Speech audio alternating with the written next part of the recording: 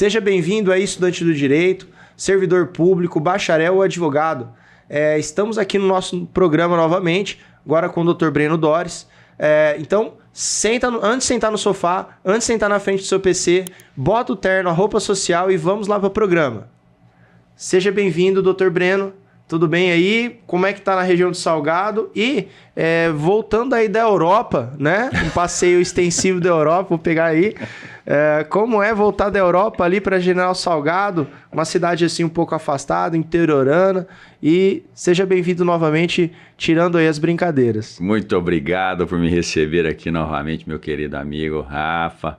É um prazer enorme voltar ao Papo de Advogado, agora trazendo um ponto de vista mais focado na advocacia extrajudicial. Sim. Os tabeliães de notas têm feito um trabalho muito importante, relevante, nesse movimento que é a desjudicialização.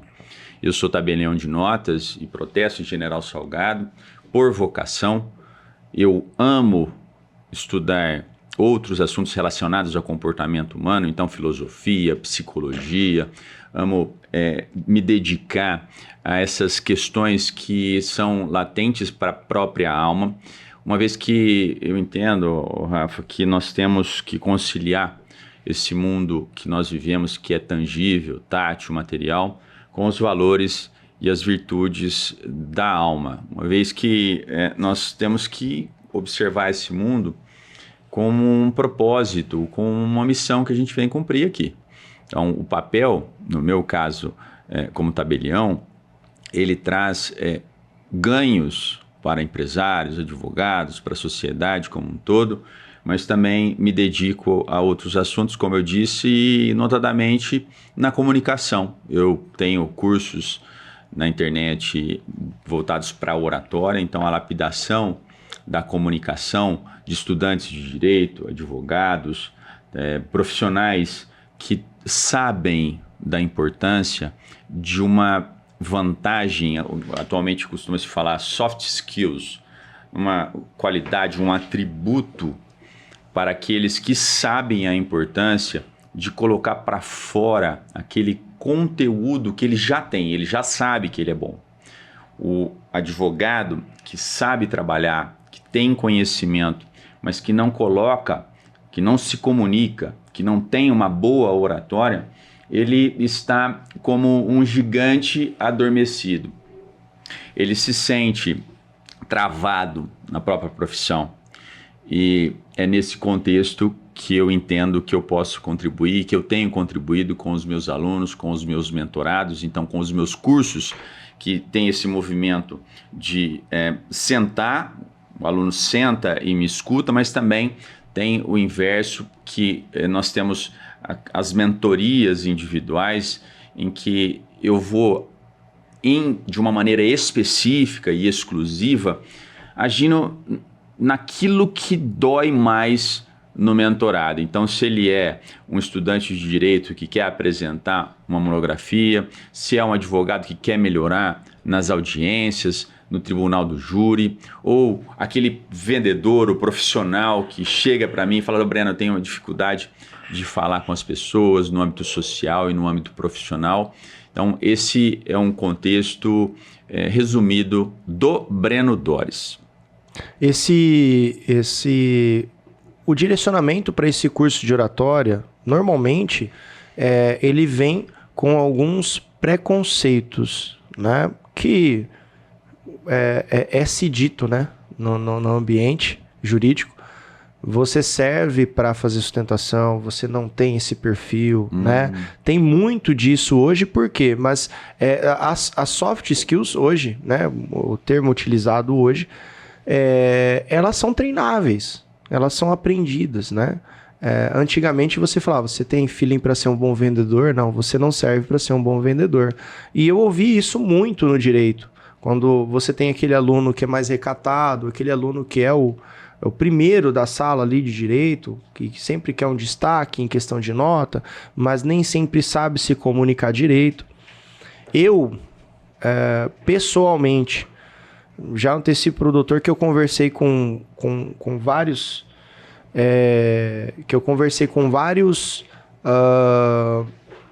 juízes e desembargadores, vários, durante o meu período como advogado aí na profissão, atuando, e pelo menos de 30% a 40% não sabem realmente manter uma comunicação adequada com um advogado. Mas eu não falo da questão ruim. Eles não sabem expressar o que eles colocam ali no papel, a forma como eles entendem. Mas tive também, claro, né, outros profissionais, a grande maioria, excelentíssimos nas pontuações, na cordialidade, no profissionalismo, na forma de se expressar juridicamente com o seu conhecimento lógico. Mas eu não acho que esses por exemplo, a gente tem sempre o parâmetro mais alto, que são os juízes, porque é um concurso almejado, é um concurso difícil, é um concurso que exige uma técnica, tem uma prova oral, né? Assim como o delegado também, né? E você tem essas situações que ocorrem ali. Porque você fala, pô, um cara... E aí vem de uma situação antiga que não tinham-se preparações adequadas para esse tipo de concurso, né? Até sigo muito o perfil do doutor, o doutor sabe que a gente tem até uma certa proximidade, então eu vejo ali que o doutor fala, olha, vou fazer um curso direcionado à prova oral de concurso público. Então nós vemos que isso pode ser treinado. O pessoal hoje em dia, o aluno aí do direito quer fazer um concurso, quer às vezes fazer uma extensão para aprender a ter uma comunicação mais efetiva, né? Busque profissionais como o Dr. Breno, principalmente o Dr. Breno aí, mas que tenham capacidade para te vender, ou seja, a famoso eu faço e eu vou te ensinar, né? Porque hoje você tem muita coisa no mercado aí, muitos cursos no mercado que não é lá essas coisas, né? Sem dúvida, Rafa, você tocou num ponto que muito me interessa falar, porque estatisticamente, para fazer o curso Vencendo a Timidez, eu fui estudar estatística. Então, chegou-se a uma conclusão, um trabalho feito pela USP, que 50% da população se declara tímida. Desses que se declaram tímidos, 20% têm uma certa disfunção. São pessoas que realmente não conseguem conviver em sociedade. Mas, na grande maioria, nós estamos falando de pessoas tímidas, mas que têm capacidade de se relacionar na sociedade. O que elas têm realmente medo é de serem expostas. Esse curso vem para potencializar esse conhecimento de pessoas tímidas que querem explorar toda a capacidade, toda a potência que elas têm. Mas não param por aí. Nós temos estatísticas, por exemplo, 92% dos executivos de alto nível declaram que a capacidade de comunicação é mais importante que a qualificação técnica. Esse é um dado da revista de negócios da Harvard. 3 dentre 4 pessoas têm glosofobia, medo de falar em público. Foi feita uma pesquisa na Grã-Bretanha que apontou que existem mais pessoas com medo de falar em público do que de morrer. Então, do que você tem mais medo? Medo de falar em público estava na frente do medo de morrer. Então, assim, do que você tem mais medo? Falou, eu tenho medo de falar em público. Caramba. Outras pessoas falaram, eu tenho medo da morte. Então, nós temos pessoas de sucesso renomadas que se declararam tímidas. E aí eu quebro essa objeção de dizer, olha, se a pessoa é tímida, que foi justamente o que você falou, olha, então você está fadada a ser uma pessoa calada. Não, se isso fosse verdade, eu não tinha pessoas como o Brad Pitt, Keanu Reeves, Barack Obama. Nós temos figuras que se declararam tímidas. A própria Adele me vem na cabeça agora, que declarou, falou, olha, eu sou tímida, mas que consegue se expressar quando é necessário, quando ela é colocada à prova. E nós temos uma palavra que nós viemos dizer para o mundo. Essa palavra está dentro da nossa alma e muitas vezes travada aqui no nosso pescoço, na nossa garganta. E ela precisa ser dita. Então é nesse contexto que eu consigo trazer para as pessoas essa potência, essa capacidade, principalmente para advogados, estudantes de direito, pessoas que estão fazendo concurso público. Eu tenho um caso, Rafa, a mentorada chegou para mim e falou assim, olha, eu sou muito tímida, fiz 2 provas orais, E agora eu estou na prova oral de novo do concurso do cartório de São Paulo. E ela saiu de 2 notas que estavam ali entre 5 e 5,5 para uma nota 8. Caramba. Ou seja, é possível que você, com teoria e prática, estou dizendo técnica e repetição, de implementar essas técnicas, você consiga ter resultados sensacionais. Então, esse é um dado relevante que eu queria trazer para vocês, para que vocês entendam de uma vez por todas que mesmo você sendo tímido, mesmo você tendo dificuldades, você nasceu introspectivo, isso não é um obstáculo intransponível. Você é capaz e você pode, através de treino e técnica, conseguir bons resultados. Hoje nós temos no mercado também cursos de vendas, né? Que também vão nessa linha. Para a pessoa buscar resultado, ela tem que soltar, ela tem que, de certa forma, interagir. Qual que é o maior bloqueio dessas pessoas em relação a buscar um curso nesse segmento? Como foi falado assim, um entendimento dela de que ela não é capaz... ou é o entendimento de que ela é tímida e pronto? Qual é a maior objeção dessas pessoas hoje? É ela ser tímida declaradamente, ela ter esse medo de falar em público, ou ela achar que o curso não vai levar ela para lugar algum? Ela precisa entender que numa era em que nós temos a inteligência artificial, nós temos questões que estão sendo muito debatidas, né? Os advogados hoje recorrem, imagino eu, né? Não tenho dados estatísticos, recorrem muito à inteligência artificial. Nós temos possivelmente médicos que recorrem à inteligência artificial, mas nós não temos, nesse contexto, que pensar que isso é a tábua de salvação, porque de fato não é. Nós precisamos enxergar que esse conhecimento que é obtido, ele tem que partir de dentro com o auxílio da inteligência artificial, mas que vai ser determinante são as qualificações das soft skills, dentre elas a boa comunicação. Então ela não entendeu que ela precisa enxergar-se como uma pessoa em construção com qualidades que outras não têm. E nessa régua de compreensão das dificuldades, nós temos que lembrar que nossa marca pessoal, ela vai determinar o nosso sucesso. E se ela entender, se ela tiver esse horizonte de consciência de que ela, se enxergando como uma marca, ela automaticamente entende que ela é uma empresa em potencial. Então, na minha visão, na minha construção do treinamento, eu crio uma pessoa com uma marca nova e a partir dali cria-se uma empresa e não o contrário. Crio uma empresa e depois eu desenvolvo as qualidades de comunicação dessa pessoa. Então, a grande dificuldade para essas pessoas que pensam, olha, eu sou tímida, então estou fadada, é deixar de entender que ela pode e deve se construir como uma marca pessoal. Fortalecer o seu nome e a partir daí você criar mecanismos de gestão, de liderança, de comunicação, qualidades que ela não vai encontrar na inteligência artificial e em recursos que são mecanicizados.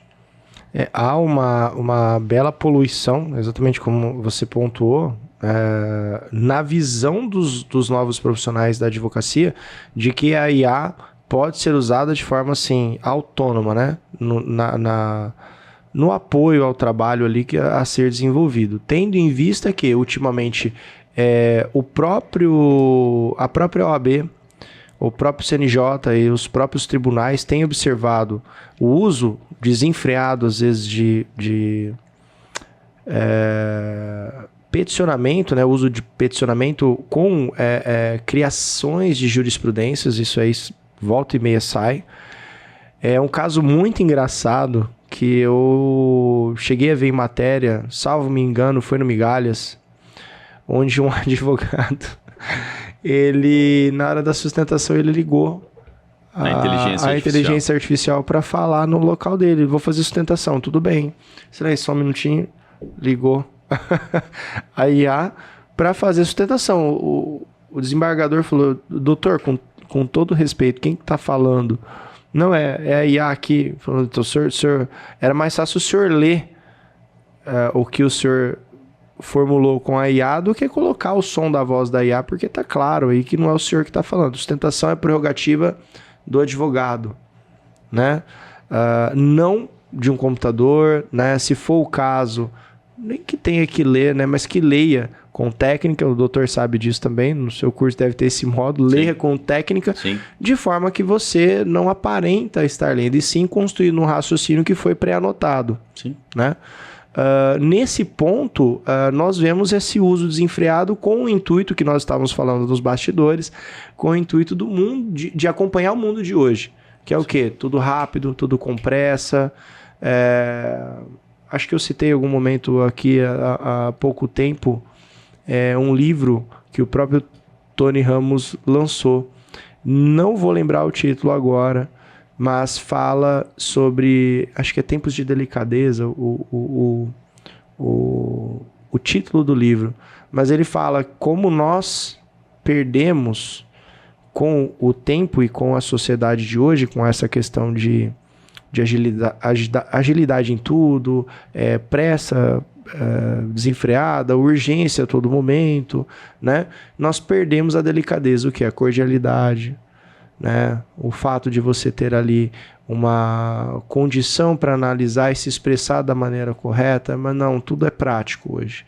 Então nós perdemos um pouco dessa cordialidade, dessa formalidade também.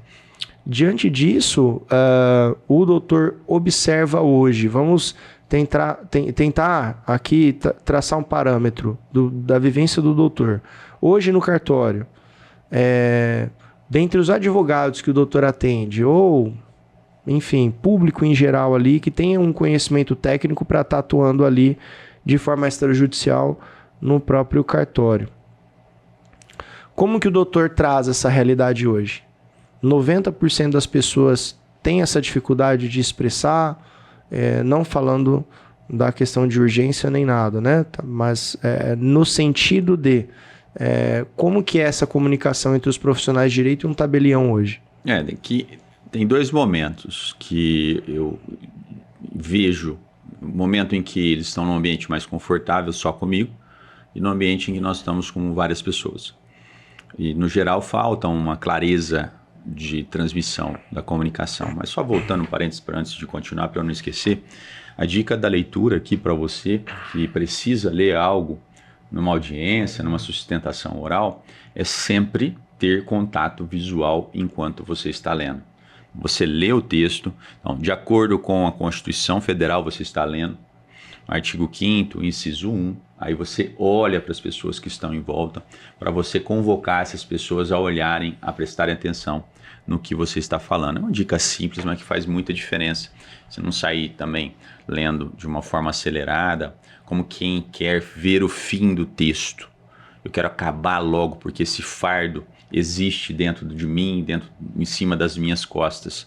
Quando você está falando diante das pessoas que você quer convencer, esse tempo de convencimento ele tem que ser natural. Então a leitura tem que ser fluida e natural, articulada, clara, para que realmente as pessoas entendam os seus argumentos e não que sejam um fardo que você está tirando das suas costas. E também com relação a esse comentário que você fez do livro, da gentileza, eu tenho diversos tipos de alunos que chegam para mim. Então eu tive uma aluna em especial, uma mentorada, que ela falava muito bem. E falar muito bem não significa falar com técnica. As pessoas que nascem naturalmente falantes, ela era uma advogada falante. Ela era também igualmente uma advogada combativa. O que, no caso específico dela, foi trabalhado foram as técnicas de oratória, de transmissão do conhecimento, dos fatos, da defesa dos seus clientes, mas também a sua impetuosidade e a sua agressividade. Ela foi recomendada pelo juiz, é um juiz do norte do Brasil, numa vara do trabalho, se eu não me engano. Então, nas varas do trabalho, normalmente os juízes têm um contato muito próximo com os advogados. Você pode... Eles têm um exemplo disso. O juiz do trabalho ele costuma ter um perfil mais conciliador, um perfil mais acolhedor. Pois é, e ela não aceitava provocações. Então, o que foi trabalhado nesse caso específico foi a cordialidade, porque não é só o que você fala, mas a maneira como você transmite. Porque dizer as coisas com cordialidade, ninguém vai falar que isso é errado, mas a postura com que você fala, você transmite a gesticulação, o tom de voz mais grave. Eu naturalmente mudo meu tom de voz quando eu estou falando para mais pessoas, como é o caso aqui. Eu acho que você deve ter notado isso. Isso é natural em mim, porque é como se você se investisse de um papel ou de um momento em que você está ali atuando como um profissional. Então ela pode ser impetuosa na casa dela, mas dentro de uma sala de audiência, com uma certa agressividade e impulsividade, como quem reage. Não é um comportamento adequado, tanto é que o juiz falou, olha, doutora, a senhora deve se segurar mais, porque senão nós vamos ter problema aqui na nossa jurisdição. Enfim, nós estamos falando de profissionais da nossa área que precisam se comunicar. Voltando na sua questão, nós temos então advogados que no extrajudicial eles têm a dificuldade maior com a clareza na transmissão da comunicação. Com relação ao tete a tete comigo, não vejo tanta dificuldade, porque a grande questão na comunicação é você estar num ambiente tranquilo ou num ambiente hostil. E o ambiente hostil pode ser para 2 ou 3 pessoas desconhecidas, quanto para 100 pessoas. Sim. Então, é hostil para quem? Qual que é o ambiente hostil para mim? Hoje, em razão da reiteração das minhas exposições, porque eu dou palestras, sou professor, enfim, não me sinto em um ambiente hostil com muitas pessoas, se eu estou preparado. Eu me sinto mais tranquilo, mas Breno, é 100%? Não, não é 100%. O medo nunca sai 100% e é bom que ele esteja ali, em alguma medida. Porque esse medo vai fazer você prestar atenção no seu texto, no seu sumário, nas palavras que vão causar efeito nas pessoas. Você matematiza o seu discurso. Agora é o ponto alto, eu faço uma inflexão de voz, coloco a frase e faço um silêncio. Como eu estou fazendo agora, para causar uma reflexão. Então, é necessário que você saiba falar aonde, no ambiente que você está, com a clareza, com a postura adequada, com a gesticulação adequada, seja dentro da sala do tabelião, seja numa sala de audiência, seja numa prova oral, seja no momento que você está vendendo. Nós falamos aqui da postura do profissional enquanto uma marca pessoal, entendendo-se como um empresário, você com o seu escritório de advocacia, no fechamento de um negócio, é necessário que você, no meu livro Manual de Oratória, Carisma e Persuasão, na persuasão eu estou falando basicamente de venda. Sim. Venda da sua ideia, venda do seu produto, venda do seu serviço. Esse Manual de Oratória, Carisma e Persuasão, ele é um manual para todas as pessoas lerem. E aí, quais são as técnicas de persuasão? Você é uma marca pessoal? Você está corretamente adequado com esse perfil que é construído, de que as pessoas vão notar o seu terno, o seu relógio, o seu carro? Esse primeiro impacto é quem você é. Quem que é essa pessoa? Esse primeiro impacto é necessário que transmita intencionalmente uma mensagem, de um posicionamento. Então, eu costumo brincar assim, olha, você vai no mercado à tarde, um sábado à tarde, você tem que estar preparado para encontrar uma pessoa que já é seu cliente ou que possa vir a ser o seu cliente em potencial. Então, você precisa pensar na roupa que você vai no supermercado num sábado à tarde para não transmitir uma mensagem equivocada a respeito de você, porque é natural que o ser humano te enxergue de uma maneira X ou Y de acordo com a sua indumentária. Dito isso, eu passo para o segundo ponto de vendas. Olha, o que eu faço? Se você não diz o que você faz, você não vai vender. Dado que a pessoa não sabe nem se ela precisa de você. E o terceiro passo é, eu mostro os resultados que eu tenho. Então eu preciso dizer o que eu faço e preciso mostrar os resultados que eu tenho. E isso está implícito dentro da comunicação. Então, se eu estou com um cliente, o que eu vou dizer para ele com intencionalidade? Se eu sou um advogado, se eu estou vendendo um carro, se eu estou vendendo produtos na minha loja, eu tenho que ter intencionalidade nesse conjunto geral. E são 4 pilares: postura e vestimenta, técnicas de oratória, atitudes carismáticas e, no final, a persuasão, que é a hora que você realmente entra em cena. Tá. Estamos num contexto em que a pessoa te procura. Está na tua frente. O que eu posso fazer para fechar esse contrato, fazer uma venda? Eu preciso ouvir essa pessoa. Fala, então o que te traz aqui? Então, perguntas abertas. O que você viu em mim que fez com que você viesse aqui? Quais são as suas maiores dores? E é nesse momento em que aquele pretenso cliente vai abrir a principal dificuldade ou as principais dificuldades. Imagine que é uma pessoa que está prestes a fechar uma mentoria comigo.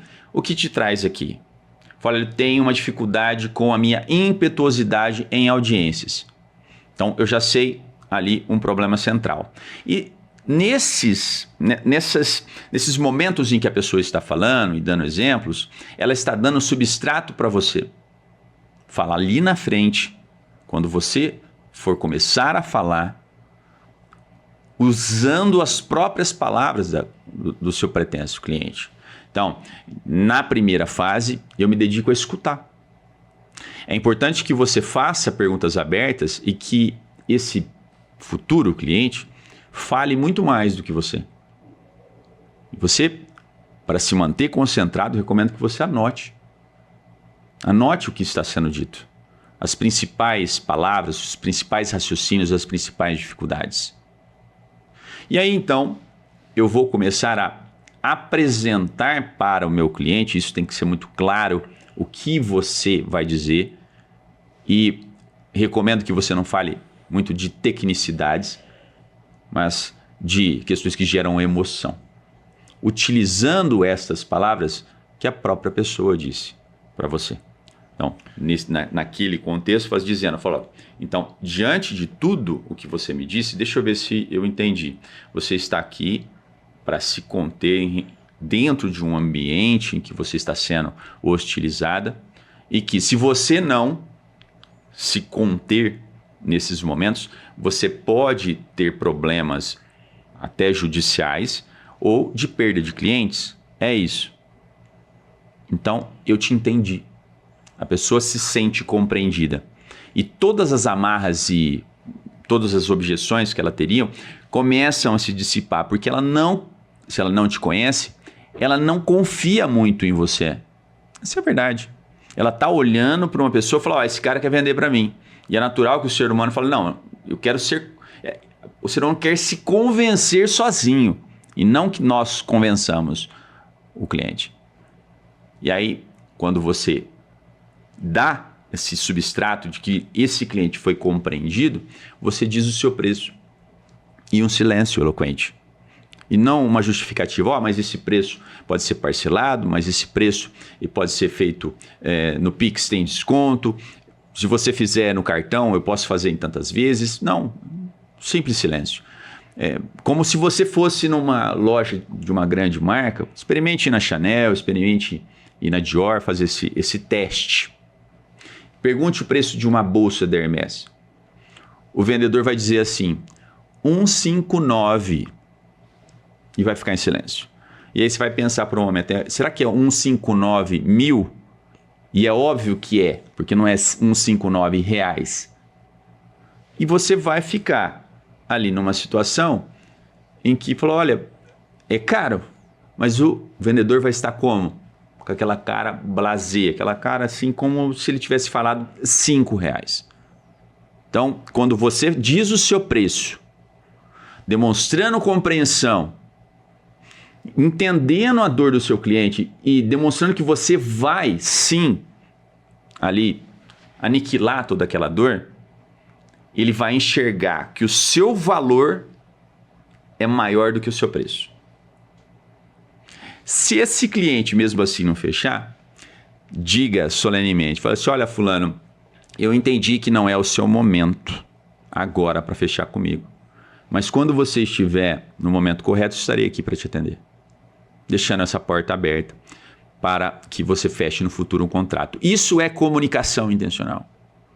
Isso é uma maneira de persuadir. Essa é uma maneira de se comportar demonstrando autoridade. Porque se você concede o desconto, o cliente vai falar, não valia mesmo. Não era tudo aquilo. Então, é uma postura intencional que exige técnica e boa comunicação. Recentemente tivemos alguns casos no escritório de clientes que mensalistas que eu não costumo ter até. No escritório nós atendemos mais médicos nesse plano mensal.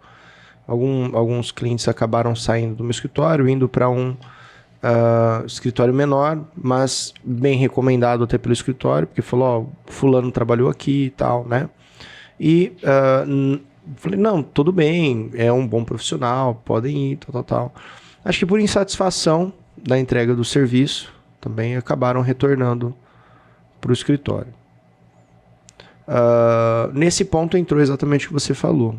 Será que o escritório, apesar de, né, cobrar mais em conta, fazendo um trabalho para ele mais artesanal, mas infelizmente aquele cliente não viu valor naquele escritório menor, por exemplo, porque não entregou o que ele precisava, eventualmente.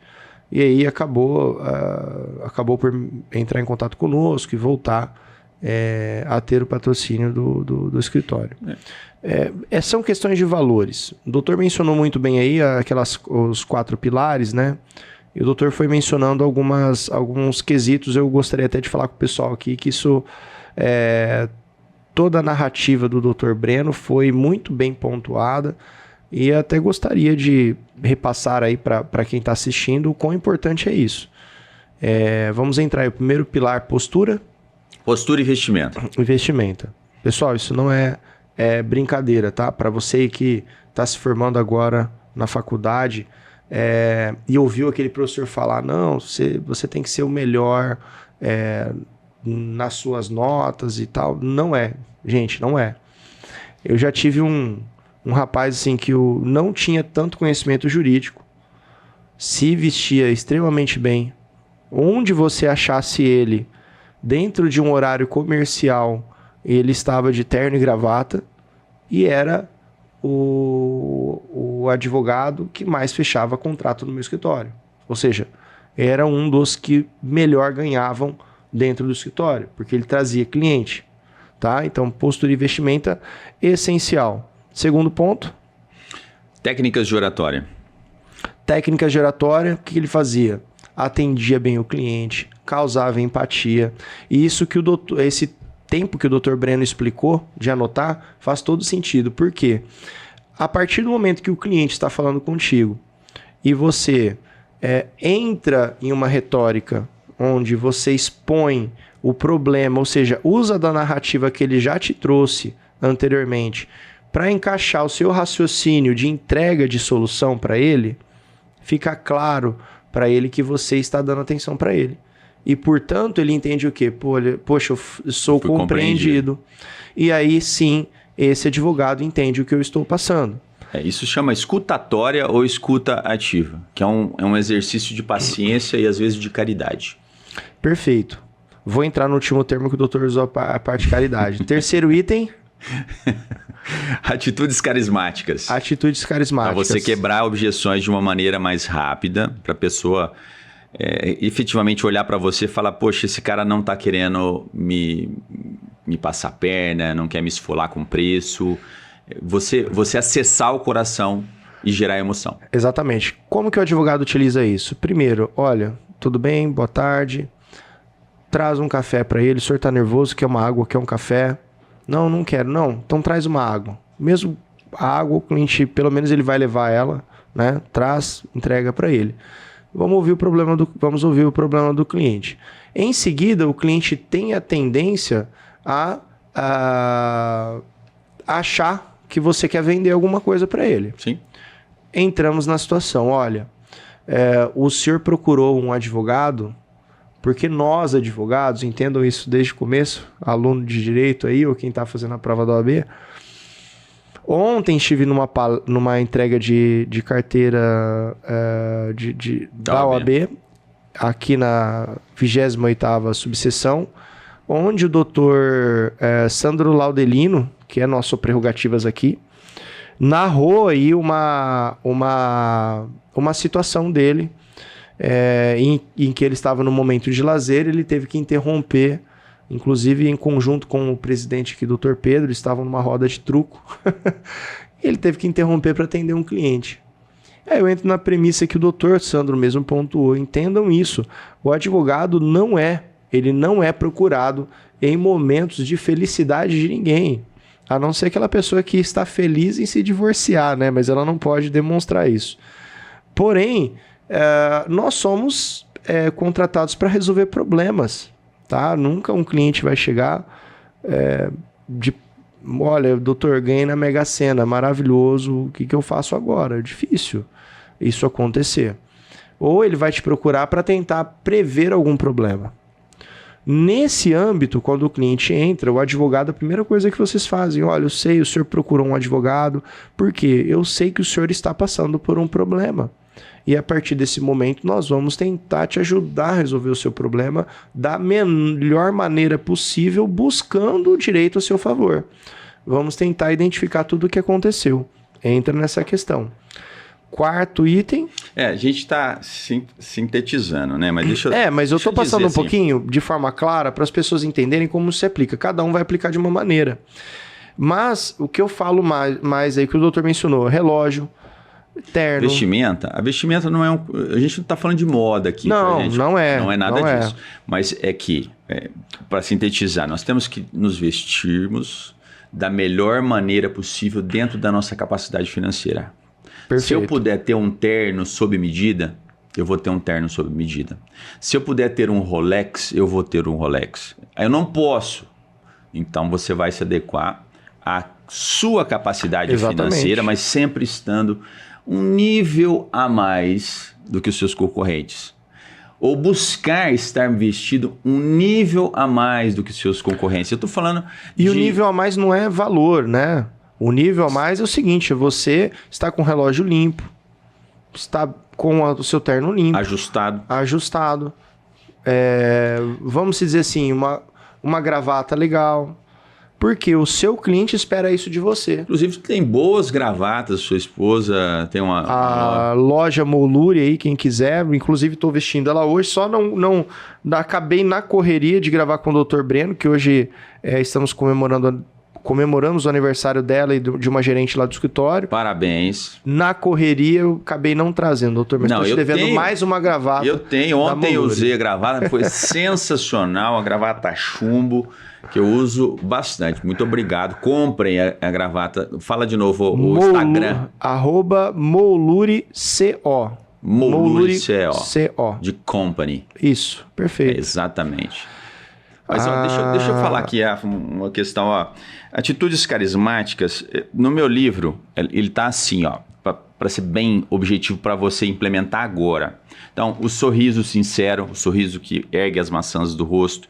Breno, eu não estou num dia bom, mas o seu cliente não quer saber disso. Então, exatamente. Tudo bem, bom dia aqui, ergueu, fez o pé de galinha, sorriso sincero, elogios sinceros. Elogio sincero é buscar naquela pessoa o que de fato pode ser ressaltado. Então, eu recomendo que sejam elogios que não sejam físicos. Então vamos falar da pontualidade, parabéns pela sua honestidade, parabéns pelo seu bom senso. Pelo seu esforço. Pelo seu esforço, pela sua pontualidade. Enfim, eu tenho uma série de possibilidades de elogios sinceros que eu posso dar para a pessoa. A escuta ativa, que é essa de fato se dedicar a escutar. Então a escrita, escrever o que a pessoa está falando, é principalmente para você que não tem paciência para ficar escutando as ladainhas do seu cliente, as histórias pessoais do seu cliente, você pensando, olha, eu não sou psicólogo, mas estou fazendo com intenção de estar aqui presente. Perfeito. Então, para que o pensamento não voe, olha, eu preciso fazer aquela petição ou protocolar aquela petição, eu preciso levar meu cachorro no pet shop, já foge mentalmente daquele momento que você deveria estar ali. Então, o recurso físico é escrever, para você se forçar a estar ali. O que você falou mesmo? Eu falei isso, isso e isso. E aí ele vai então para o caderno para que aquela ideia fique materializada na sua frente. Então, o sorriso sincero, chamar as pessoas pelo nome. Nós temos o exemplo do filme O Diabo Veste Prada, numa cena em que a assessora fica falando o nome das pessoas que são convidadas. A Miranda, que é a dona da revista, ela nem sabia o nome das pessoas. A assessora fala o nome. Esse aí que está chegando é fulano de tal. Aí ela fala, fulano de tal. Ela nem sabia o nome, mas ela sabe a importância de dizer o nome. E aliado a isso, você se utilizar da fórmula da amizade do livro As Armas da Persuasão do FBI, que fala de você será tanto mais persuasivo quanto você tenha mais duração, frequência, intensidade e proximidade. Então, quanto mais tempo você fica com uma pessoa, mais você tende a ser persuasivo em suas ideias em face do seu interlocutor. Eu tenho um amigo advogado que ele é magistral nesses quesitos. Ele se dedica com um combustível social elevado. Combustível social é você ter paciência para estar ali com as pessoas. E aí, não é só no horário comercial. Então, fulano, vamos jogar um poker? Vamos jogar um golfe para quem tem golfe, né? No caso desse amigo que é de São José do Rio Preto, ele faz isso. Vamos jogar um golfe? Vamos jantar? Vamos fazer um churrasco? E convidar essas pessoas para estarem próximas, que são pretensos clientes ou que são clientes, porque ele aplica a frequência, a duração, a proximidade e a intensidade para convencer essa pessoa a fechar contratos com ele. Se você está numa mesa de reunião, um cliente novo, um empresário, dono de uma transportadora com 50 carretas, você acha que você vai conseguir fechar um contrato com meia hora de conversa? Muito possivelmente não. Então, eu estou ali numa reunião com um pretenso cliente que vai trazer volume para o escritório, eu tenho que estar ciente desses 4 pilares do carisma. Com carisma, você tira esses desbloqueios para chegar na persuasão e fazer o fechamento do contrato propriamente dito. Então, eu tenho que estar ali 1, 2 horas, chamar o cliente para almoçar. Se vale a pena investir, paga o almoço para o cliente. Fica com ele, tempo que for, deixa ele desabafar. Você vai ver que aos poucos você vai começar a fazer brincadeira com ele e ele com você. E é nesse contexto que você cria um ambiente para persuasão, que é o quarto. E eu dei aqui as armas fundamentais. Acho que não é o caso de aprofundar um tanto mais, mas tem um script de vendas. Tem. Script de vendas que você pode seguir. Hoje, Breno, eu não quero pagar a tua mentoria porque eu não estou podendo agora. Tudo bem, você não está preparado agora, mas no futuro eu estarei aqui pronto para te receber. O fato é que você tem script de venda que a própria inteligência artificial faz para você. Eu tenho um negócio a XYZ, atendo clientes com um perfil XYZ, e ele vai te dar um script de vendas. Mas hoje, voltando à questão que o doutor estava falando, a vestimenta, como você se comporta, não adianta também se você não entrega e não possui postura. Você pode estar com o melhor terno, se você não tem postura profissional, o cliente não vai te levar a sério também. A questão do terno, de estar arrumado, de estar bem vestido, de estar com um relógio legal, às vezes o carro... Você não precisa estar andando carro importado, gente. Eu vejo aí muito... Vejo e conheço muitos influencers do direito. O famoso advogado... Sabe como é que eu comprei essa Mercedes em um ano, advogando? É o famoso assim, né? É o cara, faça o que eu digo, não faça o que eu faço. Esse pessoal não tem a postura profissional para de fato estar fechando um cliente. Ele vai ter ali um impulsionamento midiático, programado, e que não traz essa seriedade. Não é porque você está andando de Porsche, meu amigo, que o cliente vai te contratar. Você pode estar andando muito bem num Onix, num carro mais tranquilo, um Corolla, ano 2012, 2016, mas passar uma seriedade. Entra no quesito que o doutor falou, de compreensão também do seu cliente, só que você não vai atender ele com uma camisa rasgada, você não vai atender ele com uma camisa amarrotada, porque o cliente quer saber que se você for atendê-lo, você está no seu melhor para atendê-lo. Então, eu falo isso por experiência, estando na advocacia já, esse ano eu completo 11 anos, em abril, com a OAB. Né? Meu escritório em 2018, fundação entre 2018 e 2019, salvo me engano, esse ano fazendo 7 anos. Para um escritório que do porte da nossa cidade, estou entre os destaques da cidade com muito trabalho e com muita programação. E não é assim, gente, tendo um relógio Rolex, um Porsche, um terno de 12 mil reais, que o cliente obrigatoriamente tem que te contratar. O cliente vai te contratar pela seriedade que você passa, pela postura que você passa, pela compreensão que você tem do problema dele. E digo mais, com o comprometimento de entregar o que ele precisa. Sendo também... nos bastidores, um advogado combativo, um advogado presente na hora que vai passar o andamento para o seu cliente. E diga-se de passagem, você aí que está se formando, ou é um advogado recém-formado, a maior dificuldade que eu tenho hoje no escritório é passar o feedback para os clientes. É a maior dificuldade. Por quê? Porque o cliente não entende o nosso chamado juridiquês. Temos que informá-lo de alguma situação. O judiciário não colabora. O judiciário não colabora porque o judiciário muitas vezes pede para o oficial de justiça buscar o cliente para pegar alguma assinatura. O oficial de justiça quase sempre, entendam isso, tá, advogados? Ninguém no judiciário hoje, por incrível que pareça que eu vou falar, gosta de advogado. Ninguém.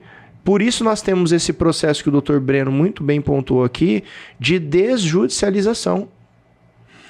Isso está sendo buscado pelos próprios juízes, pelo próprio judiciário, pelos próprios desembargadores, pelo próprio CNJ. Por quê? Nós não somos, infelizmente, já passou essa época. Ontem mesmo ouvi a doutora Evelyn do TED, aqui do 18ª subseção, nessa palestra de entrega de carteiras, mencionando que antigamente, quando um advogado passava, o pessoal se levantava para cumprimentar, porque sabia quem era o advogado. Hoje em dia, não há mais esse respeito, e muito se dá pela postura dos advogados que não observam o próprio comportamento.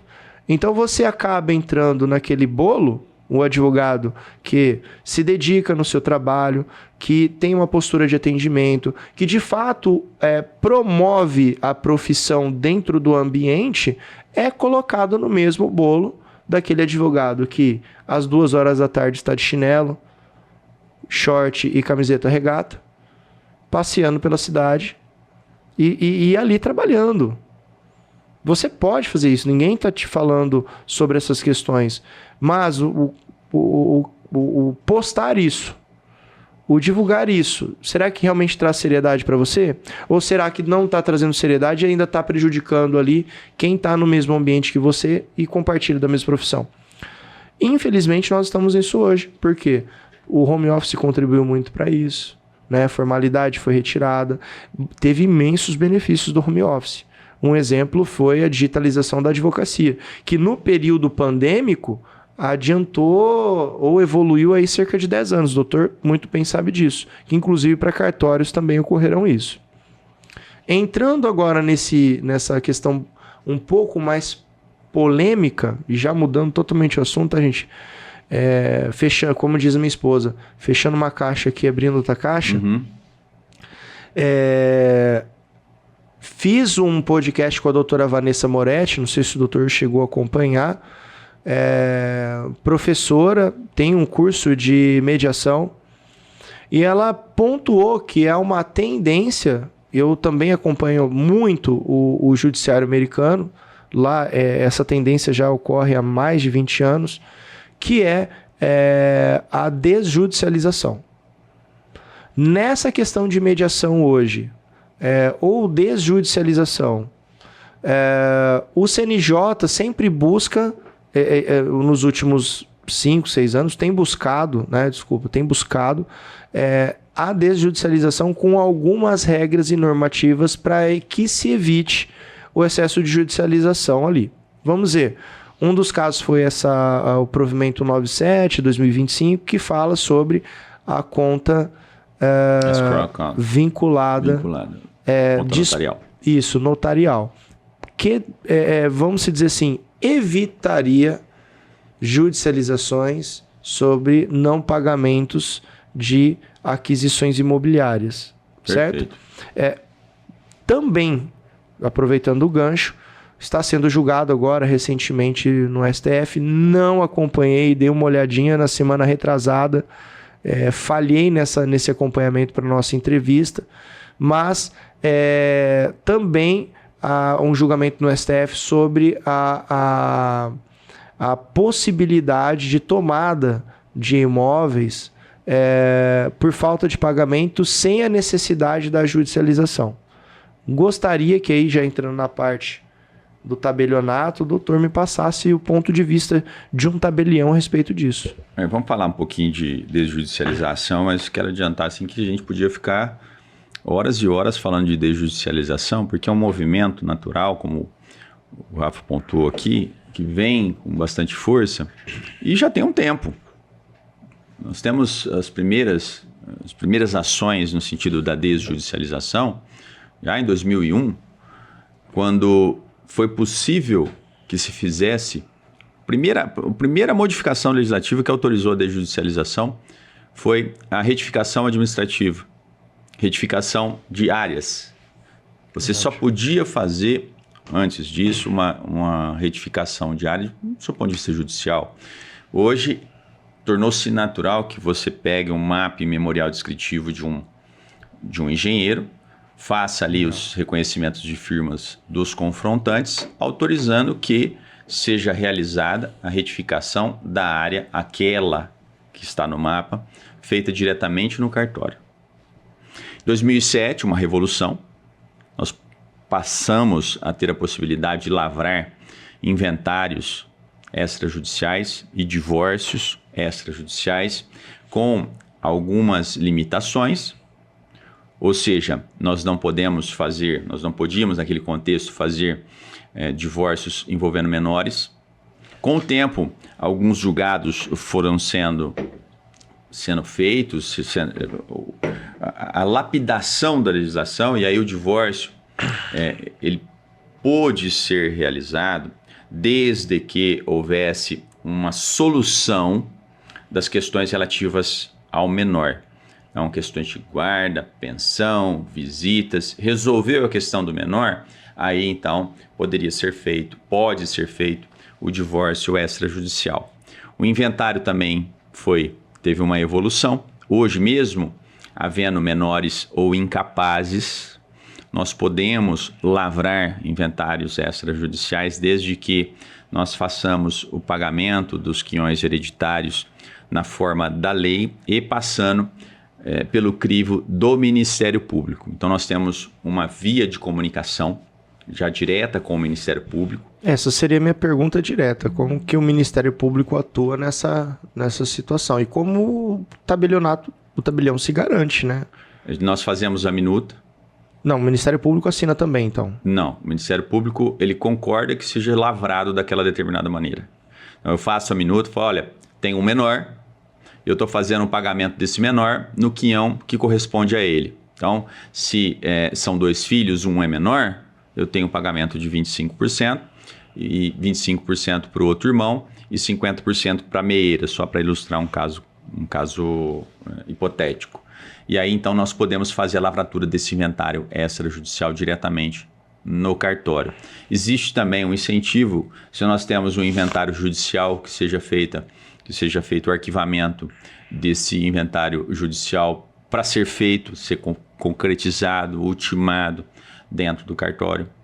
Nós temos também a realização das atas notariais, as atas notariais como um instrumento de formação de prova, de produção de prova, já previsto no CPC de 2015 como um item de prova. Você deve utilizar isso? Eu já utilizo desde 2021. Desde 2021, então nós temos a ata notarial. O que é a ata notarial, pessoal? Nós temos uma diferença muito grande das escrituras de declaração para as escrituras de ata, as lavraturas das atas notariais. Veja, o tabelião, ele atua colocando no papel tudo aquilo que ele consegue aferir com os sentidos, com a visão, com a audição ou com o olfato. Então, eu já fiz uma ata notarial de uma pomarola.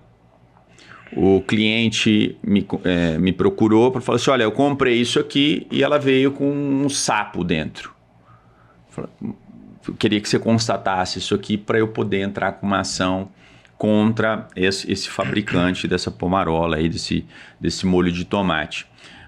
Também fui convocado para fazer uma ata notarial de uma greve que teve do Santander, salvo engano, há muito tempo atrás. Então, eu saí do cartório, fui até a sede, até a agência bancária e constatei que tinha lá uns adesivos, estamos em greve, porque o próprio Santander, eu acho que queria fazer um questionamento a respeito da legalidade dessa greve.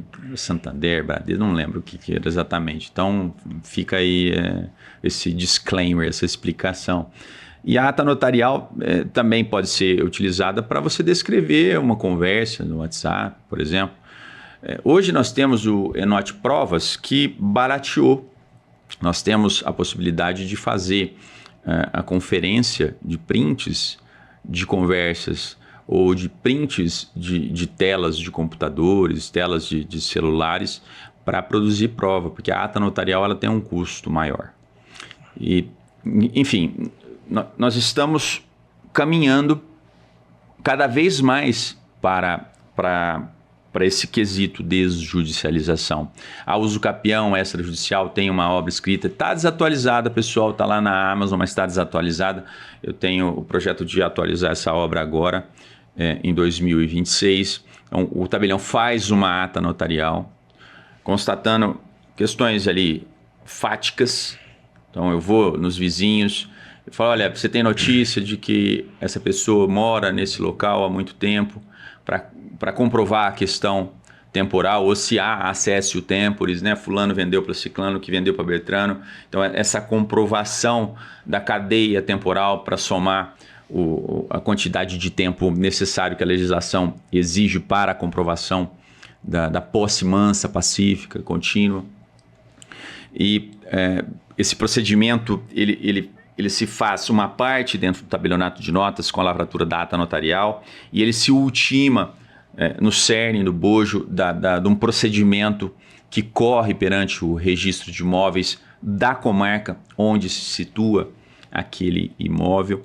Nós temos a atuação, como você perguntou agora um pouco, da Escrow Account, que não é uma novidade no mundo. Então, a Escrow Account para nós, ou conta notarial, é a possibilidade que nós temos de ter em nossa custódia. Existe uma instituição financeira, atualmente é o Banco Safra, que aquele que está transacionando, por qualquer motivo que seja, ele diz o seguinte, olha, existe um C um detalhe importante na minha escritura e por esse motivo eu não quero realizar o pagamento de imediato ou não posso realizar o pagamento de imediato, vou colocar esse dinheiro em uma conta sob custódia e sob, digamos assim, a ingerência do tabelião. Então eu faço uma escritura pública de compra e venda e coloco lá uma condição.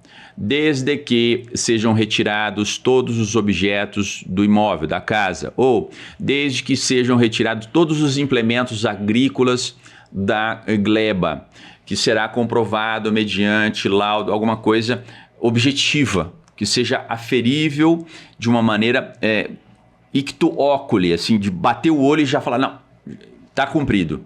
E em razão deste cumprimento, o tabelião autoriza que esse valor seja transferido para a parte interessada no recebimento desse montante. Ou então, não foram cumpridos os requisitos, que então o tabelião constate, inclusive podendo lavrar uma ata notarial a respeito dessa condição, desse se ou desde que, para comprovar que aquela condição foi adimplida ou inadimplida. E com isso, retornando os valores para a conta daquele que queria concretizar o imóvel, ou então transferindo para aquele que alienou, que fez transacionou aquele negócio jurídico que estava sendo objeto de negociação. Nós temos a possibilidade... Então, hoje... necessariamente, também, dentro da experiência do doutor aí, também não precisa ser exatamente um imóvel. Não precisa ser necessariamente um imóvel, porém, nós temos que estar relacionado com esse imóvel. De alguma maneira, alguma garantia, algum direito real. Pode ser uma venda de comércio? Uma venda de comércio, não pode ser uma venda de comércio. Que fique claro, então, tem que ser um imóvel, né, por estar ali no cartório, mas as condições podem ser diversas, mas o objeto tem que ser, para que ocorra a transação dessa forma, somente imóveis. Perfeitamente. É isso, né? Hoje em dia, essa promoção dos cartórios, como tem sido vista pelos próprios tabeliões? Tem sido vista de forma positiva, ou ela traz um ônus de ampliação de serviços, o qual o tabelião se encontra no momento que não consegue cumprir alguns avanços do próprio sistema do CNJ. A título de exemplo, tive uma entrevista anterior aí com um advogado da especialidade imobiliária, que inclusive é o presidente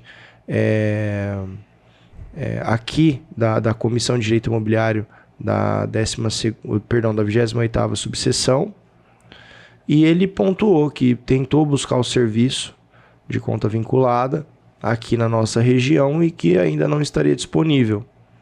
Como que é visto esse avanço e pelos tabeliões a necessidade de acompanhamento? É visto como ausência de suporte? É visto com realmente, às vezes, um atraso na atualização do próprio tabelião?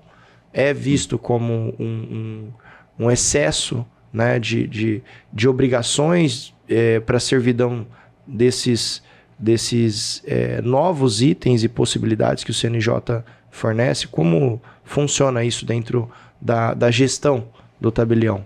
Eu vejo com bons olhos e eu entendo que quanto mais ações no sentido da desjudicialização forem realizadas, eu entendo que são melhores para a nossa classe. Isso como vice-diretor da Regional de São José do Rio Preto, do Colégio Notarial do Brasil, eu ouço dos colegas com os quais eu interajo que as mudanças são positivas. Existem provimentos que nos obrigam a seguir as diretrizes desses mesmos provimentos. Recentemente nós tivemos uma alteração a respeito da segurança jurídica e material, digo, de hardwares para proteção dos dados. Os dados que passam pelos cartórios. Então essa aí não tem escolha, né? Nós temos que seguir. Mas algumas outras novidades, elas vêm como uma possibilidade, uma alternativa para que o cartório aumente o seu espectro de ações para obter os emolumentos. Porque eu não sei se vocês sabem, o tabelião e o registrador são remunerados por emolumentos. E os emolumentos são uma espécie de remuneração bastante peculiar. Porque os cartórios, muitas pessoas confundem, embora seja um serviço público, ele é um serviço delegado por um particular. Ou seja, na essência, nós estamos falando de um serviço privatizado. Talvez por isso ele funcione tão bem. Porque existe a necessidade de que nós tenhamos uma prestação de serviço de excelência. Nós, tabeliães, nós competimos entre nós na medida em que as pessoas podem escolher o seu tabelião de confiança. A lei de cartórios, o artigo 8º, o artigo 9º, disciplinam essa questão no sentido de permitir a escolha do tabelião, mas também com algumas limitações territoriais. Nós temos a possibilidade da realização dos atos mediante o e-notariado, que é uma plataforma, mas para você aí que está na sua casa, ficar ciente de que você tem a possibilidade de ter um aplicativo que é capaz de fazer lavratura de escrituras, procurações, declarações de viagens de menores, de filhos menores, uma série de outras alternativas para você, dentro da sua casa, ter acesso aos serviços notariais. Isso, a princípio, era facultativo.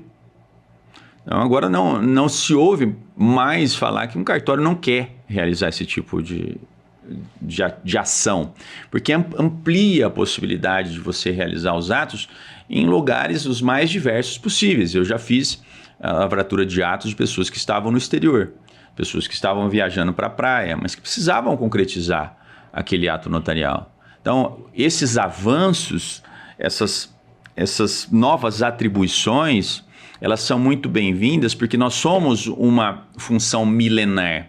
Os primeiros tabeliães são tidos como os escribas do Egito, que colocavam no papel os atos mais importantes daquele contexto histórico, daquele imperador, daquele ditador. E foi evoluindo com o tempo. Então nós somente estamos nos adequando ao momento atual.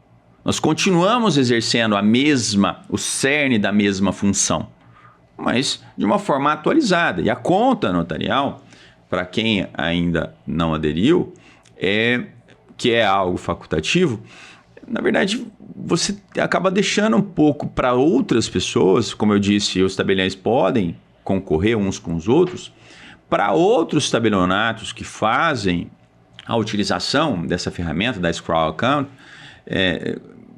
perdendo com isso alguns emolumentos que poderiam ser pagos. Aproveito aqui para fazer um parênteses da história dos super salários, dos cartórios. Veja, se os cartórios são remunerados por emolumentos, ou seja, as pessoas procuram espontaneamente o cartório para lavrar uma escritura, para fazer um registro, porque fizeram um negócio e decidiram-se por fazer um negócio, a remuneração é feita com a concretização daquele ato notarial ou daquele ato registral. Ou seja, nós não temos salários. Nós começamos o mês não sabendo se a nossa folha de pagamento será totalmente coberta pelos emolumentos que entram no cartório. E não se engane, a maioria dos cartórios do Brasil são deficitários. Aqui no estado de São Paulo, nós temos uma complementação que o sindicato faz até o limite de 13 salários mínimos para aqueles cartórios que são deficitários. E nesse montante dos 13 salários, nós temos que entender que o tabelião ele vai fazer o pagamento dos funcionários de todas as dívidas do cartório. Água, luz, encargos de FGTS, INSS, aluguel do prédio, telefone e imposto de renda carnê-leão 27,5%. Então entendam que são 13 salários. 13 salários, porém, façam uma planilha, retirem todas as dívidas, todas as despesas, todos os encargos, mais imposto de renda, ou seja, tira também os tributos. E o que sobra desses 3 salários você vai colocar no bolso? Então, não vamos longe não. Minha esposa é registradora de pessoas naturais em Andeara e o cartório dela é deficitário, uma comarca que é grande. A comarca dela comporta, acho que 5 municípios e ela tem, como é sede da comarca, ela tem um livro que realiza, o livro E, que realiza os registros de interdições, emancipações, opções de nacionalidade, ausência. Então, ela tem essa possibilidade de ganhar mais emolumentos, só que ainda assim ela é deficitária. Imaginem todos os outros municípios que têm cartório da comarca dela, se não são deficitários. Então, a maioria dos cartórios são deficitários. São cartórios que oferem pouco rendimento, poucos emolumentos. Então, o que sai na mídia a respeito dos super salários, ele deve ser visto com reservas. Para quem que nós estamos olhando? Para cartórios de qual comarca? De qual cidade? E 2, não se tratam de salários. Nós estamos falando de uma remuneração peculiar, que foi criada em 88 pela Constituição Federal. Cartório é privatizado a partir de agora e o que for obtido, o que for auferido por esses cartórios, eles fazem a gestão. Então, mas... Se tiver prejuízo, amém. Se tiver lucro, que não é lucro, né? A gente fala deficitário ou superavitário. Ótimo também, aproveitem esse tipo de benesse. Mas eu acredito, já até te interrompendo, porque não acredito que no caso dos tabeliões e cartórios seria de fato super salário, porque não é de fato, né, um valor que sai diretamente da administração pública com uma programação. Entende? Eu já divulgando aqui, né? Mas quando você fala de super salários, bonificações excessivas pela uma função que ele já exerce. Ali no caso, diretamente há uma produção vinculada à sua remuneração. E essa produção, ela é simplesmente destacada, uma remuneração da via privada, que vem para o cartório. Pode-se entender como uma remuneração que é do Estado, devido ao Estado? Pode, mas não diretamente, eu acredito. O que faltou falar é fundamental. 40%, cerca de 40% do que a gente recebe no cartório é repassado na segunda-feira seguinte para diversos órgãos. Então, se eu recebo 10 mil reais de uma escritura, eu fiz uma escritura e o cliente pagou para o cartório de emolumentos 10 mil reais. 40% é repassado para Estado, Fazenda, TJ, Ministério Público, Santa Casa. Falei MP? Falou. Então, esses órgãos. Então, me sobra 6 mil. Desses 6 mil, faz uma conta, 27,5%. Já mais... Fosse 20%? Vai dar mais ou menos 4.600. Tá. Então, de 10, fica 4 para eu começar a me organizar. A pagar meus funcionários, a pagar minhas despesas. É assim que funciona a conta. Fala, olha, que valor você está usando para falar super salário? Porque, de fato, existem cartórios que faturam bem. Isso é uma regra posta pela Constituição. É um jogo aberto, um jogo limpo. É um direito adquirido. Então, é preciso ver com cautela o que sai publicado. Não, mas eu não atribuo essa questão que está latente aí, discussão sobre super salários e penduricalhos, diretamente vinculado a tabeliões. Eu acho que na análise dos advogados, pelo menos na grande maioria deles, o direcionamento dessas decisões iriam exatamente para o judiciário, para servidores, eu acredito, tá? É uma nomenclatura completamente diferente uma da outra. Então, sim. Eu estou dentro de um espectro do direito, falando um pouquinho de direito administrativo, de servidor lato sensu, mas eu sou bem peculiar. Eu sou delegatário de serviço público, porque eu estou recebendo uma atribuição pública. Porém, mas muito peculiar. Mas olha, o cartório, por mais que o doutor falou aí, eu entrando a favor, doutor, tá? O cartório acaba gerando emprego. Então eu não acho que o tabelião, ele tá nesse ambiente, ó. Não sei quantas pessoas o doutor emprega lá no teu cartório. Total, acho que dá 9. Poxa. Agora, vamos ser um pouco polêmico, vai? Não dá pra segurar um pouco a língua, Eu não vou falar salário de ninguém. Tá, não tô falando isso não. Mas, ó, vamos ser um pouquinho polêmico. Cara, não faz 3 dias aí que uma juíza do trabalho falou que ela acha um absurdo pagar o café dela. Você tá vendo isso aí? Você assistiu isso aí? Eu assisti na sustentação. Você tá de brincadeira, cara. Você tá de brincadeira. Pô. Salário, vamos colocar líquido aí, que a gente sabe aí, eu conheço muito juiz do trabalho, mas entre 80 e 100 mil por mês, líquido. Poxa vida, você tá de brincadeira? Mas você sabe o que eu queria falar pra você?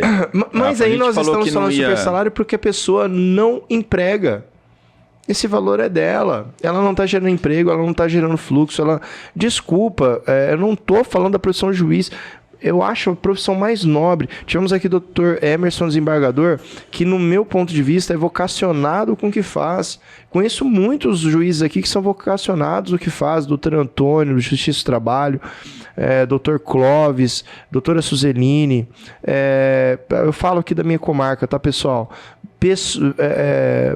Estou citando diretamente juízes do trabalho, que são excelentes, passaram por aqui, doutor Ademar Prisco, tive contato também com vários outros juízes ali da região de Fernandópolis, Catanduva, excelentíssimos, mas gente, entrando nessa questão de penduricalho e chegar, desculpa gente, uma sustentação jocosa dessa, para falar que a pessoa não consegue, ou ela acha um absurdo ela pagar o café dela, ganhando o que ganha, doutor, pelo amor de Deus, nós estamos falando aí, e nem comparando o tabelionato com judicatura, ok? Nem isso, que novamente a judicatura, a magistratura são profissões que regulam a sociedade.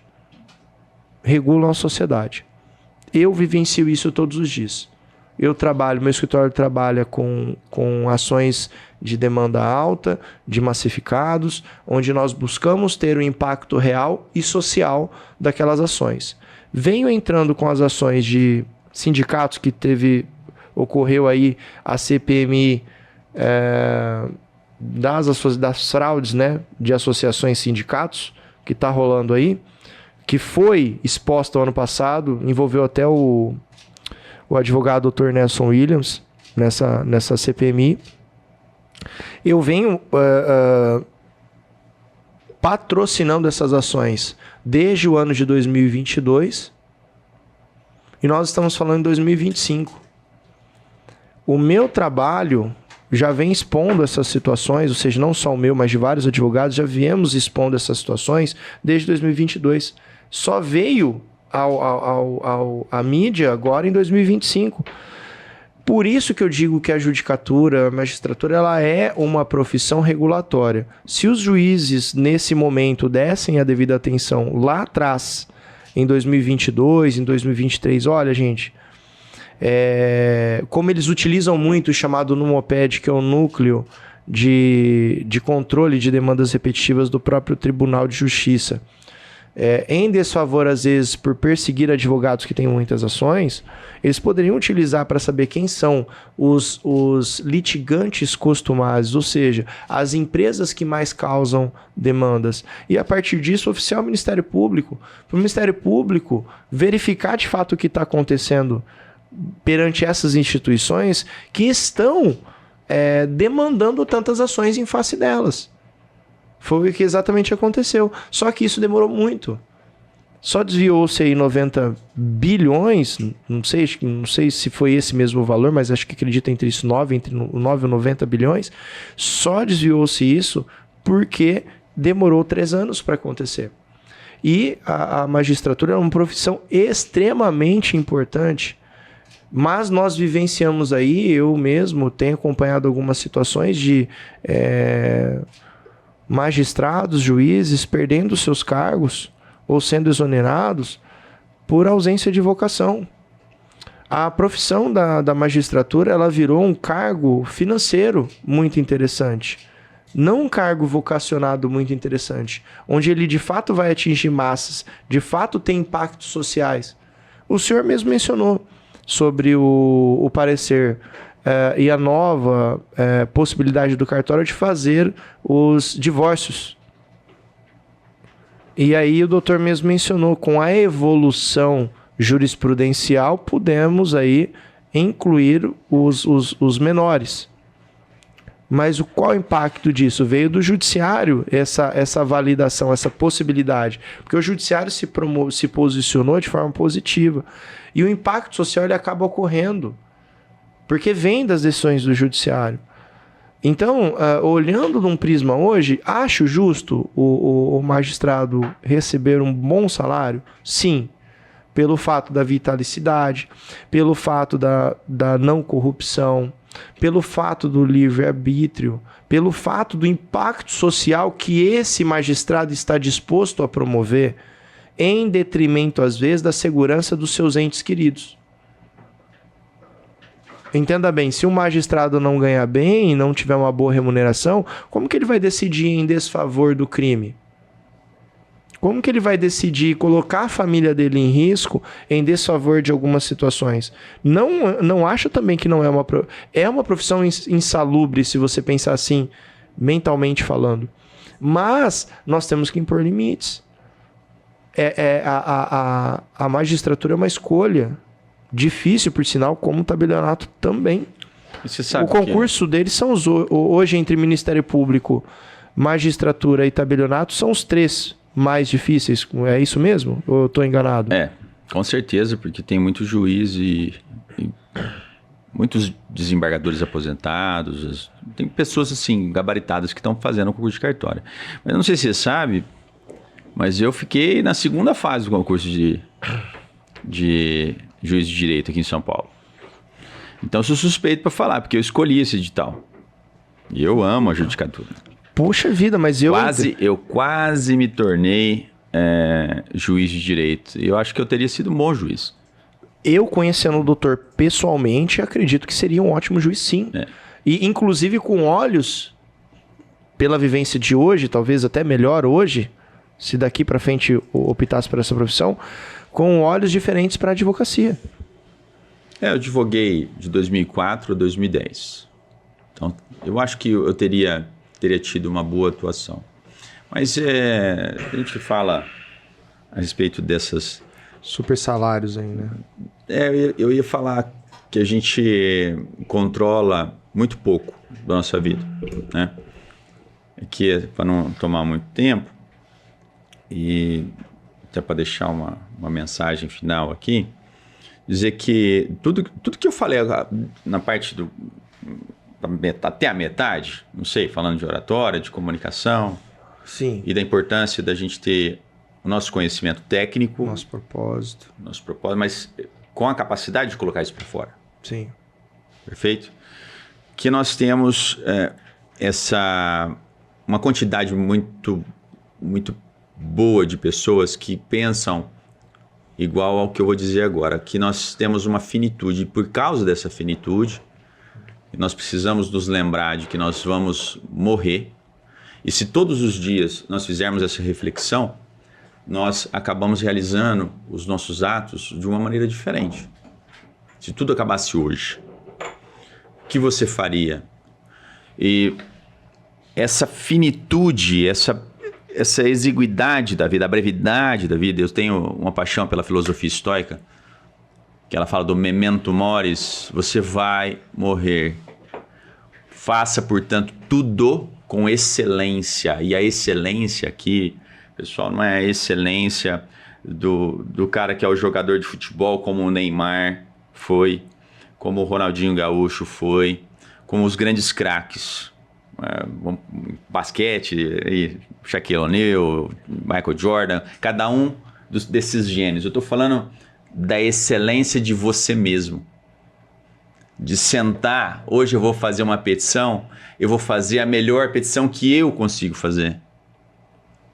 E isso acontece porque nós temos, ou deveríamos ter, a dimensão da finitude da nossa vida. Fazermos com excelência é dizer, eu estou cumprindo o meu papel na vida que me foi posta. Então é um amor ao teu destino, e aí destino é o que está acontecendo agora na tua vida, com a tua esposa, com o teu filho, com o teu escritório, com as pessoas que dependem de você. Fazer tudo nesse ecossistema com excelência, dentro do que você entende que é o melhor. E pensando desta maneira, você pode criar consciência de dizer assim, o que eu posso fazer para me melhorar? E aí pode surgir uma luz. Fala, eu preciso falar melhor. Porque eu sei de fato o que eu preciso falar. Mas me falta a palavra, me falta a condição, me falta ter uma coragem que eu não estou tendo. O que eu posso fazer diante disso? Eu tenho procurado fazer cursos de gestão financeira, gestão de pessoas, liderança, vendas. Eu não estou descuidado de mim mesmo. Isso tem a ver com essa excelência. O que eu posso fazer para me melhorar naquilo que hoje eu não consigo realizar? É como uma bússola. Uma bússola em que você mapeia o que te falta e o que você é. O que você é o ponto de partida. E as suas habilidades que vão sendo criadas é o ponto de destino. Então, eu estou direcionado para esse tipo de atitude. Corpo, alma e mente. O que eu preciso fazer para melhorar?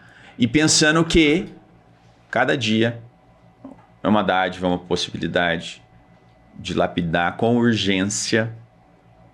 E aí urgência no sentido de falar, eu não vou deixa para amanhã. Hoje, memento mori, você pode morrer. Hoje, não deixar que te faltem palavras para dizer o que precisa ser dito. Até para os seus. E sobretudo para os seus. Não deixar nada por ser dito. Eu tenho um conflito com fulano. Esse fulano é quem? Pô, é meu tio, meu pai, meu amigo, uma pessoa com a qual eu travei um embate, eu acho que eu fui desleal, eu fui uma pessoa desonesta, ou uma pessoa deselegante, uma pessoa... Enfim, essa palavra deixou de ser dita. E nós falamos um pouco antes. A forma é tão importante quanto o conteúdo. Então, como eu vou dizer o que eu preciso dizer? Com o comedimento, com o tempo, o momento correto, a maneira adequada, sem impetuosidade. Então, os estoicos, eles têm essa bússola. Então, são 4 virtudes de busca da virtude que, em buscando essas virtudes, você alcança a felicidade. Então, vamos falar a virtude da coragem, a virtude da temperança, ou seja, da moderação. A virtude que você busca todos os dias para se lapidar. Eu não sei quais são as suas. Mas pensar dessa maneira, não só na sua advocacia, na sua profissão, mas dentro da sua casa, dentro da sua vida particular, com seus amigos, com sua família. Obrigado, doutor. Fica aí fica aí um soco na cara de você aí que tá achando que se formou e sabe tudo, tá agindo de acordo. Às vezes, vamos lá, passa a noite aí nas baladas enquanto tem gente se preparando. Dr. Breno é um exemplo disso, né? Teve todas as condições para escolher os caminhos mais fáceis e acabou adotando aí uma postura e uma filosofia de vida em sempre buscar isso aí. Para mim, galera, vocês que me conhecem aí, o pessoal, né, daqui da região, me segue às vezes em rede social, sabe como é o escritório. eu digo que eu tive cruzamento de pessoas certas no momento certo, tive muita sorte, muito esforço também. E não achem que é só se formar, abrir seu escritório e que tudo ali vai dar certo. Você tem sim que buscar um crescimento, tem sim que buscar um crescimento social. O doutor mesmo mencionou aí um amigo dele que faz esse trabalho de lapidação social. É importante você se envolver, seja com causas específicas do que você busca, seja com causas filantrópicas, seja com causas de impacto social. Mas busque a sua evolução como profissional, isso vai te trazer um retorno. Querendo você ou não, nossa profissão, tanto eu como advogado, juízes também, tabeliões também, entendam de uma vez por todas isso. O nosso trabalho, desde quando eu falei do começo aqui, que o trabalho do advogado é também de resolver problemas, principalmente esse, como o doutor Breno, como Ministério Público, magistratura e todas as outras profissões do judiciário, inclusive o escrevente ali, a profissão de entrada do judiciário, né? Todos estão ali com um único objetivo: servidão. Todos nós servimos a sociedade. Então é importante que vocês entendam isso. O advogado não vai ser diferente. Você tem que saber atender o seu cliente. Tudo isso que nós falamos aqui nesse bate-papo, digo de passagem, um dos melhores que eu tive aqui, tá, doutor? Sem puxar o saco de ninguém. Apesar de gostar muito do doutor, eu vou recomendar esse podcast aqui lá no escritório, o pessoal assistir essa conversa, o Léo cortar o mínimo possível aí, acho que nem vai dar corte para falar a verdade, viu, Léo? Até porque a gente falou que você está atrasado 1h40 para o podcast, que fique registrado, por favor. Então é isso aí, pessoal. Ó, doutor Breno, muito obrigado. Doutor Breno, da outra vez aqui que a gente veio, eu acabei dando uma gravata, não tinha esse kit aqui, ó. Novamente aí, ó, a validação da assistente premium que eu tenho lá, que é a Bruna, né? O doutor fala com ela. Então a Bruna providenciou esse kit aqui, que, diga-se de passagem, tive que dar até um para minha esposa também, mas ela providenciou para os novos convidados. Olha, sou muito grato a presença do doutor. Novamente aí, é sempre um prazer, e tanto o meu escritório quanto o podcast sempre estará de portas abertas para o doutor. Eu agradeço imensamente. O papo de advogado tava gostoso, né? Aí, dá para puxar mais 3 horas aí, mas aí o Léo atrasa de novo. Não, mas aí também, é hora do almoço, o pessoal começa a ficar com fome. E essa parte eu vou cortar. Mas eu queria convidar vocês a me seguirem no meu Instagram, @BrenoDores. Clique lá no link da bio, você vai ver que nós temos alguns cursos que estão lá à disposição. Curso de oratória, carisma e persuasão, para você que quer melhorar a sua fala, a sua comunicação, colocar para fora todo o seu conhecimento. Temos também o Vencendo a Timidez, que é um curso mais enxuto, mais acessível e que vai trazer instrumentos práticos para você começar, então, paulatinamente, vencer a timidez. Entenda que todo tímido é um gigante adormecido. Nós temos também a oratória jurídica, específico para advogados recém-formados e também estudantes de direito. Para você que vai apresentar uma monografia, para você que vai começar a fazer suas audiências, recomendo muito esse curso. E também temos a mentoria individual. A mentoria individual ela é exclusiva, ela é lapidada para a dificuldade, para a dor daquela pessoa que está diante de um momento de bastante inflexão e dificuldade no caminho, na trajetória profissional dela. Então, ela é específica para a situação daquele que me procura. Tem os meus livros lá, o Manual de Oratória, Carisma e Persuasão. Eu tenho o Manual de Direito Empresarial, que é a matéria que eu leciono nas faculdades de Direito, nos cursinhos pelos quais eu trafego. Também temos o canal do Tabelião no YouTube. Você quiser saber um pouco mais desses temas de oratória e de direito empresarial, vá lá no canal do Tabelião. De resto, muito obrigado a você, Rafa, papo O Papo de Advogado está de vento em popa. Espero que você tenha muito sucesso aqui como hostess desse podcast e que nós possamos fazer aí outros podcasts sensacionais. Muito obrigado, pessoal. Se Deus quiser. Obrigado, pessoal. Sigam lá o Dr. Breno Dores. Inclusive, se vocês querem saber como que é a vida de luxo de um tabelião, voltando da Europa depois de um mês. Tudo bem, pessoal? Mas brincadeiras à parte, é muito legal que o Dr. Breno costuma postar sua rotina lá.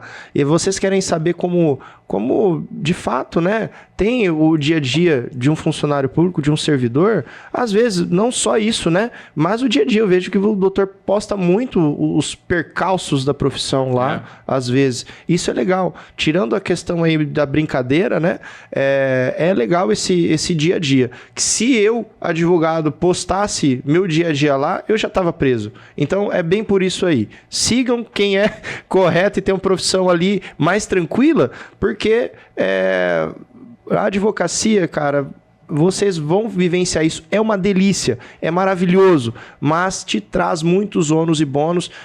É um estresse muito gostoso de se viver. É o estresse, a gente fala, estresse ruim, não, é um estresse gostoso. Mas o dia a dia te consome demais. Por quê? Nós temos uma amplitude maior com o que acontece no dia a dia da advocacia. Então, o trabalho do Dr. Breno, ele traz ali alguns informativos. Essa semana passada, o doutor postou alguns informativos sobre o CNJ, não foi? Foi. Falando de atualizações. E você aí que também segue o direcionamento para concursos, é essencial estar fazendo aí, seguindo o Dr. Breno, acompanhando o dia a dia dele, para você entender que é possível, gente. Não é minha praia, como dos advogados lá que trabalham comigo, mas o tabelionato é uma profissão excelente. Diga assim, muito bem remunerado, muito bem reconhecida, um status excelente também, você sempre tem trato com autoridades, isso é muito legal, gente. Então, aproveitem aí que tem uma pessoa, um tabelião, eu digo que deve ser o único aqui da região, que tem essa acessibilidade, tá? Do dia a dia dele, como funciona, tudo mais, porque a maioria dos outros tabeliões são mais contidos, suas vidas mais reservadas. Não que o Dr. Breno não seja, mas é que ele passa o dia a dia para vocês. Então você que tem um sonho, aluno de direito, de ser um tabelião, né, de entrar às vezes para o servidorismo também, é importantíssimo que você siga ali e saiba como é o dia a dia, tudo bem? Os ônus e bônus da profissão. Pessoal, é isso aí, encerramos. Obrigado novamente.